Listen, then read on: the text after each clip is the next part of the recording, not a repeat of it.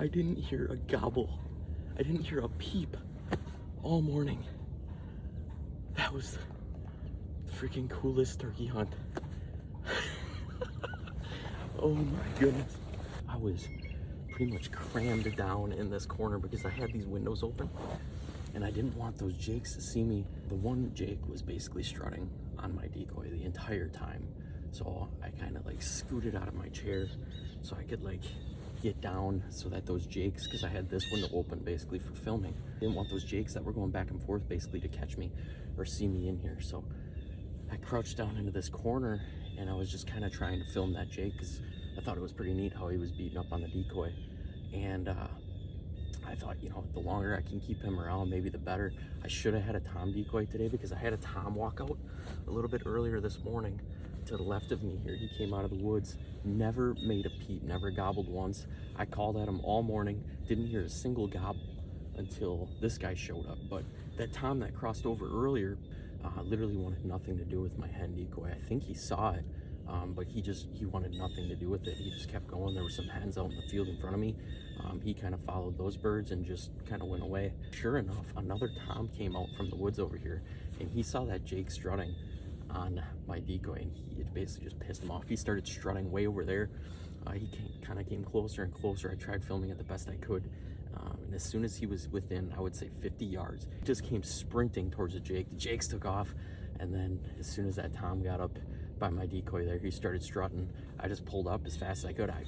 I didn't spook him at all when I jumped up. I probably could have took my time even more than I did, but I was worried that he was gonna spook and I wasn't gonna get a shot off. So I went as quick as I could, got a shot off and knocked a nice tom on the ground. So,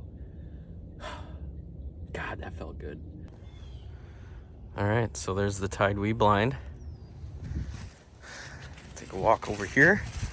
Decoy, after getting beat up by all those jakes, still looking mighty fresh. This is a flex tone decoy. I literally just picked this up from sporting goods stores here in Wisconsin, and this thing has been great this spring so far for the 2 hunts that I've been on. And here we got our gobbler. Oh yeah, look at the spurs on that guy. I think this might easily be the oldest bird I've ever shot, and I haven't shot too many turkeys in my life, but those are definitely the biggest spurs I think that I've ever had on a bird so far. But oh man, oh yeah, that's a heavy bird. Oh, look at the neck on him, just thick, nice beard. Not the longest beard, but still just a big heavy bird. Yes, yeah. All right, look at that. Easily probably the oldest bird that I've ever shot. We probably got like at least 1 inch spurs, maybe 1.25 inches on this bird. I think the last 2 that I shot only had about 3/4. Not the longest beard ever on them, but it is a nice big old tom, and we got it done here in Wisconsin. Week 3, awesome bird, super exciting. I mean, I honestly was having doubts about this morning. I didn't hear a single peep out of anything. There was no gobbling in the woods, nothing.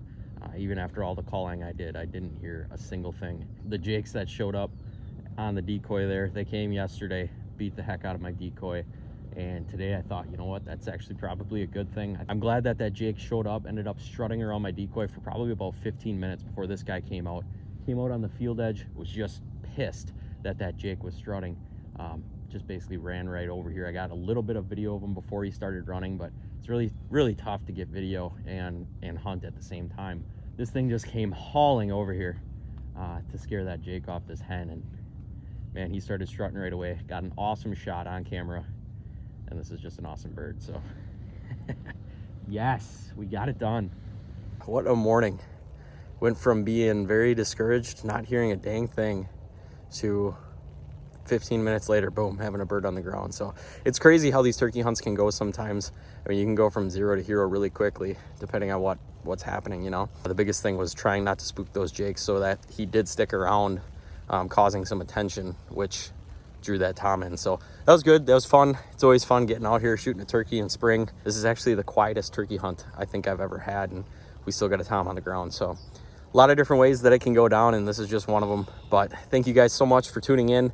Hopefully you enjoyed this one. I did hunt today out of the TideWe see-through blind.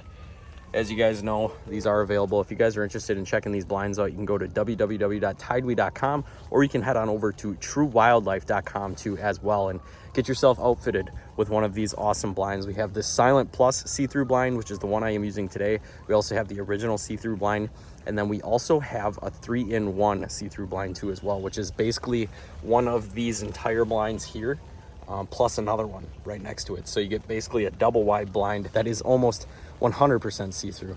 If you're interested in getting your family out, friends, or maybe you're doing a little bit of filming, and you just want to have a little bit more room, those blinds are definitely the way to go. But I'm gonna go ahead and get things packed up here. It's starting to rain. Thank you guys again so much for tuning into this one. As always, guys, keep living your passion. We'll catch you on the next video. Shoot straight and be safe.